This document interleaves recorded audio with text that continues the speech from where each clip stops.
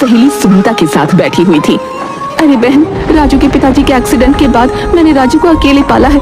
मेरे पास राजू के पिताजी की सिर्फ 2 ही निशानी है, एक राजू और उनकी मोटरसाइकिल। सच में बहुत प्यार करते थे वो इस मोटरसाइकिल से। अच्छा, लेकिन राजू है कहाँ? वो शहर गया है सब्जियां बेचने। अब बहन, इतने पैसे तो है नहीं हमारे पास कि हम कोई बड़ा धंधा कर लें, लेकिन पास में छोटा सा जमीन का टुकड़ा है, बस उसी पर सब्जियां उगाकर राजू शहर में बेच आता है। इससे हमारा घर ठीक ठाक चल जाता है। वो देखो, वो आ रहा है राजू। अरे वाह, इतना बड़ा हो गया राजू। मैंने जब आखिरी बार देखा था तब तो बहुत छोटा था। माँ, तुम्हें पता है वो जो बंसी काका का बेटा है ना, किशन, वो इतनी तेज मोटरसाइकिल चला रहा था, ब्रूम ब्रूम करके। सच में देखकर मजा ही आ गया। लगता है इसे भी इसके पिताजी की तरह मोटरसाइकिल का बहुत शौक है। अरे उनसे भी ज्यादा। अच्छा माँ, मैं आता हूँ। और राजू वहाँ से चला जाता है। अरे राजू, आजा, देख मेरे पिताजी नई मोटरसाइकिल लेकर आए। देख, अच्छी है ना? अरे वाह, ये तो बहुत अच्छी है, बिल्कुल नया मॉडल है। चल आजा, बैठ जा, मैं तुझे घुमा कर लाता हूँ। और फिर राजू किशोर के पीछे बैठकर पूरा गांव घूमता है। किशोर, तेरी गाड़ी तो यार हवा से बातें करती है यार। तुझे भी सीखना गाड़ी चलाना? तू कहे तो मैं तुझे भी सिखा दूं गाड़ी चलाना। अरे नहीं यार, तेरी बहुत महंगी मोटरसाइकिल है, कहीं गिर गई तो ना बाबा ना, तेरी माँ मुझे बहुत डांटेंगी। अरे तू डरता क्यों है? ना फिर किशोर राजू को गाड़ी चलाना सिखाता है, लेकिन जैसे ही राजू गांव में पहुंचता है तो अचानक गाड़ी गिर जाती है। अरे किशोर, तुझे कितनी बार कहा है ऐसे गाड़ी उठाकर मत ले जाया कर, और इस राजू को बिठाने की क्या जरूरत थी? क्या जरूरत थी इसे गाड़ी चलाने देने की? अब गाड़ी में जो पैसे लगेंगे उसका भुगतान कौन करेगा? ये इसका बाप। काकी, मुझे माफ कर दो। माफ करने से मेरी गाड़ी ठीक हो जाएगी? पूरे 5000 रुपए लगेंगे। मुझे नहीं पता कैसे भी, लेकिन मुझे मेरे 5000 रुपए चाहिए। माँ, मेरी वजह से राजू का बैलेंस बिगड़ गया था और मैंने ही उसे कहा था। तू तो चुप ही रह। और रोते हुए राजू अपने घर चला जाता है।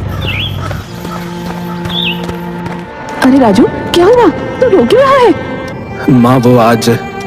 और रेखा को सारी बातें बताता है। उसका भुगतान कौन करेगा? ये इसका बाप। और फूट फूट कर रोने लगता है। ये ले 5000 रुपए, मैंने जैसे तैसे करके महीने के खर्चे के लिए पैसे जुटा कर रखे थे, लेकिन दे सुधा को। और हाँ, खबरदार, अगर आगे से तूने उसकी गाड़ी की तरफ देखा भी तो मेरी कसम है तुझे।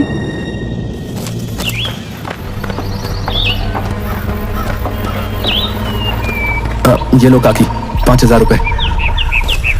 देखो तो कैसे बड़ी बड़ी आंखें करके देख रहा है। जी तो करता है आंखें नोच लूं। अब खड़ा खड़ा देखता क्या है? भाग यहाँ से।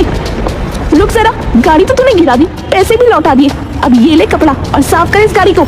राजू की आंखों में आंसू आ जाते हैं, पर वो बिना कुछ कहे गाड़ी साफ कर देता है और घर लौट आता है। क्या हुआ? पैसा तो दे आया ना, तो अब क्यों उदास है?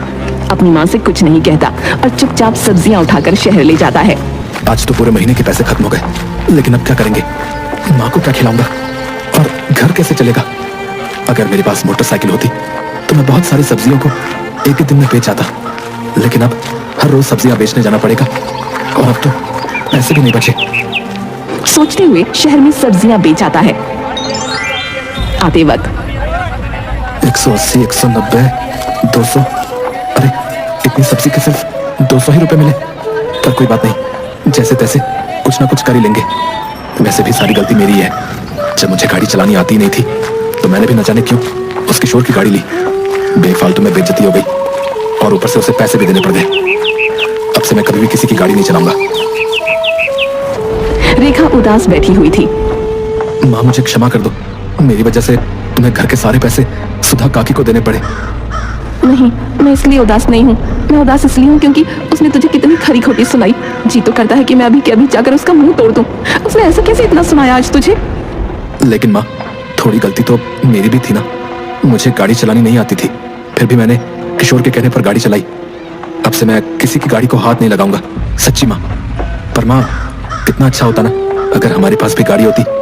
मैं एक ही बार में बहुत सारी सब्जियां ले जा सकता था और एक ही दिन में बहुत सारे पैसे कमा सकता था।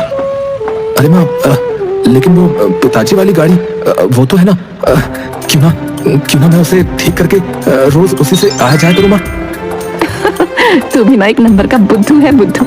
इतने साल पुरानी गाड़ी कैसे चलेगी? अरे माँ, मैं हूँ ना, मैं इस गाड़ी को चला लूंगा। हाँ, वैसे भी मैंने बहुत सारी गाड़ियां सुधारते हुए देखा है। मैं गांव से शहर जाता हूँ ना, तो बीच में गराज पड़ता है, बस उसी के पास तो बैठता हूँ मैं। वहाँ बहुत सारी गाड़ियों को ना मैंने ठीक करते हुए देखा है। हाँ। और फिर वो अपनी गाड़ी को ठीक करने में जुट जाता है। एक हफ्ते बाद माँ, आज मैं शहर सब्जियां बेचने जाऊंगा ना, तो इसके लिए रंग और थोड़ा तेल भी ले आऊंगा ताकि इस पे लगी जंग खत्म हो जाए। फिर राजू सर पर सब्जी की टोकरी लेकर शहर की तरफ निकल जाता है और आते वक्त कुछ रंग और तेल ले आता है और गाड़ी को रंगने लगता है। माँ देखो, लग रही है ना बिल्कुल नई जैसी। अब मैं भी सुधा काकी के सामने से गाड़ी लेकर जाऊंगा और सबको बताऊंगा अपनी गाड़ी के बारे में। हाँ अरे वो तो ठीक है, लेकिन गाड़ी घुमाने के लिए पेट्रोल लगता है और पेट्रोल तो सोने से भी ज्यादा महंगा हो गया है। और अगर तूने ये गाड़ी चलाना शुरू की तो हर रोज के पैसे तो इस पेट्रोल में ही खर्च हो जाएंगे। अरे हाँ, ओहो, ये तो मैंने सोचा ही नहीं। अगले दिन राजू फिर से सब्जियां बेचने के लिए निकल पड़ता है। सब्जी ले लो, सब्जी। देखते ही देखते उसकी सारी सब्जियां बिक जाती हैं और राजू घर की तरफ लौट जाता है।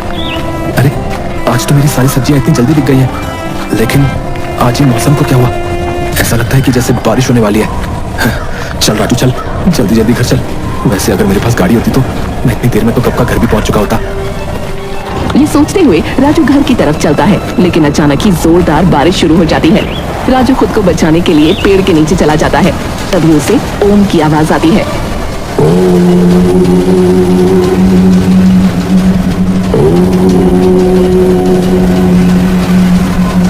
लगता है आसपास कोई महात्मा तपस्या कर रहे हैं। वो आवाज का पीछा करते हुए वहां पहुंच जाता है। अरे ये महात्मा तो बरसात में भीग रहे हैं। अगर ऐसे ही ये भीगते रहे तो बीमार हो जाएंगे। अगर मैंने इनको उठाया तो इनकी तपस्या भंग हो जाएगी। एक काम करता हूँ। हाँ।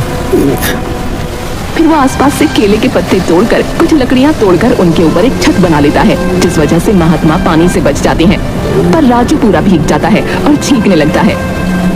बहुत देर हो गई है और अब कीचड़ भी बहुत हो गया है। एक काम करता हूँ, आज रात यहीं पर रुक जाता हूँ। वैसे भी महात्मा जी भी तो है साथ में, तो किस बात का डर है। फिर राजू भी वहीं महात्मा के पास बैठ जाता है। अगली सुबह जब महात्मा की आंखें खुलती हैं, तो वो पास में राजू को देखते हैं। अरे ये बालक कौन है? अरे इसका तो पूरा शरीर तप रहा है। थोड़ी ही देर में उसे होश आ जाता है और उसका बुखार भी उतर जाता है।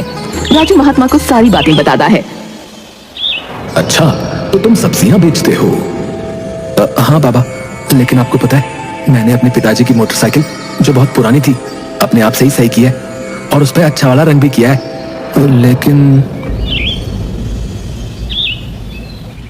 लेकिन बोलकर ये बालक चुप क्यों हो गया?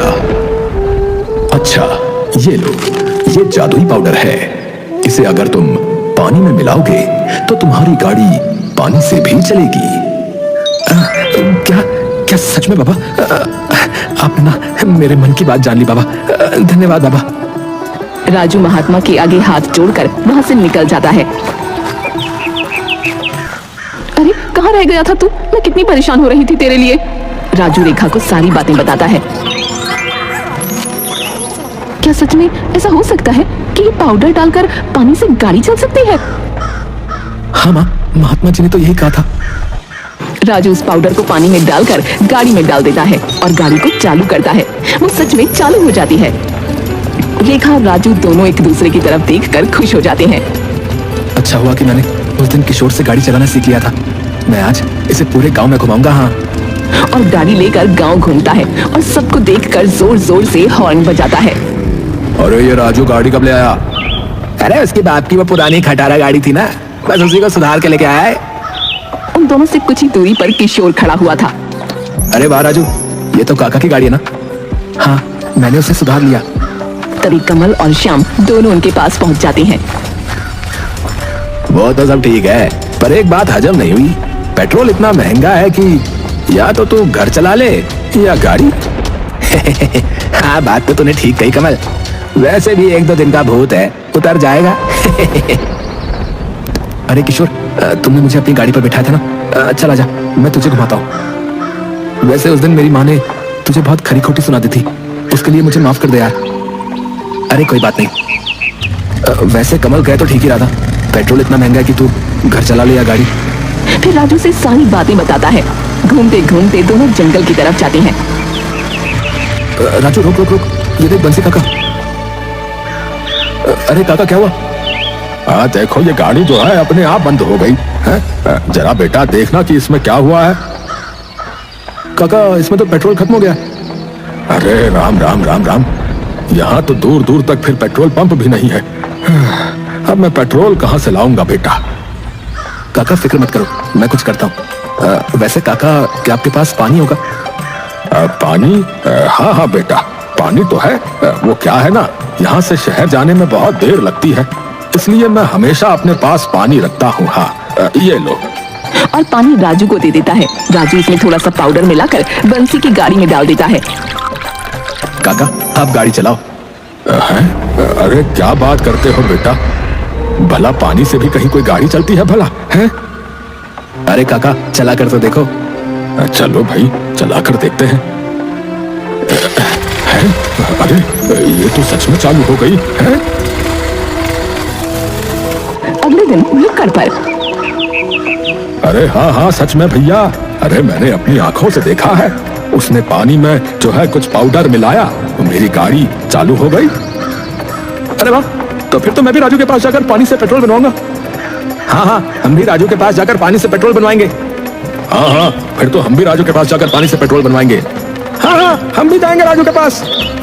और सभी लोग राजू के यहाँ इकट्ठा हो जाते हैं। अरे क्या हुआ भाई साहब, आप सब यहाँ? अरे हमने सुना है राजू पानी से पेट्रोल बनाता है। राजू अगर ऐसा है तो हमारे लिए भी पानी से पेट्रोल बना दो भाई। तुम चाहो तो हमसे पेट्रोल के पैसे ले लो। वो क्या है ना, यहाँ से पेट्रोल पंप बहुत दूर पड़ता है भाई, और अगर हम सिर्फ पेट्रोल भरवाने के लिए वहां जाते हैं तो हमारा खर्चा भी बहुत हो जाता है। अरे हाँ हाँ काका क्यों नहीं। और फिर सभी की मदद करता है। कुछ दिन बाद। हाँ हाँ कमल, सच में मैं अपनी आंखों से देख कर आ रहा हूँ भाई, वो राजू पानी से पेट्रोल बनाता है यार।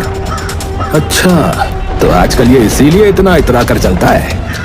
अरे हाँ कमल, अरे मैं तो कहता हूँ हमें भी चलना चाहिए, हम भी चलकर पानी से पेट्रोल बनाएंगे। अरे शाम कभी तो बड़ा सोच लिया कर बे। सोच अगर हमने वो पाउडर चुरा लिया तो हम रातों रात अमीर बन जाएंगे बे। हम शहर जाकर पानी से पेट्रोल बनाएंगे और बहुत जल्दी अमीर बन जाएंगे, समझा? कुछ दिन बाद राजू अपनी गाड़ी लेकर सब्जी बेचने के लिए निकल पड़ता है। अब वो अपनी गाड़ी से आसपास के गांव और बहुत सारी जगह सब्जियां बेचने के लिए चला जाता है और उसकी आमदनी भी अच्छी बढ़ जाती है। अगले दिन। माँ मैं सब्जियां बेचने जा रहा हूँ। आराम से जाना और जल्दी वापस आना। हाँ मैं भी लाती हूँ। हर रोज की तरह राजू अपनी गाड़ी में पेट्रोल की जगह पानी डालकर वो पाउडर डाल देता है और सब्जियां बेचने के लिए चला जाता है।